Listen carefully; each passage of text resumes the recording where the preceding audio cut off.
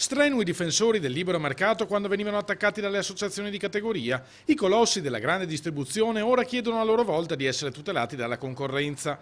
Auchan ha presentato ricorso al TAR contro la costruzione del nuovo Iperlando a pochi passi dalla rotonda della Castellana, in una delle zone d'Europa con la maggior densità di centri commerciali.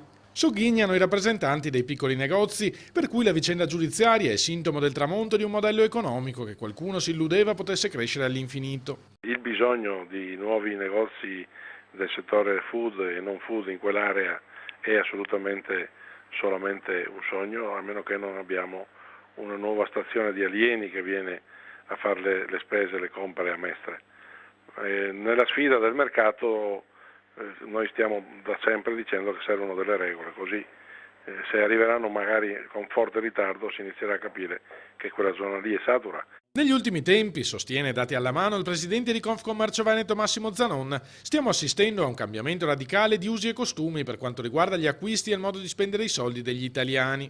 Chi ieri pensava che non ci sarebbe mai stata una flessione oggi è costretto a fare i conti con la realtà. Tutti gli indicatori, tutte le analisi, tutte le cose che vanno non solo con il buon senso, ma anche con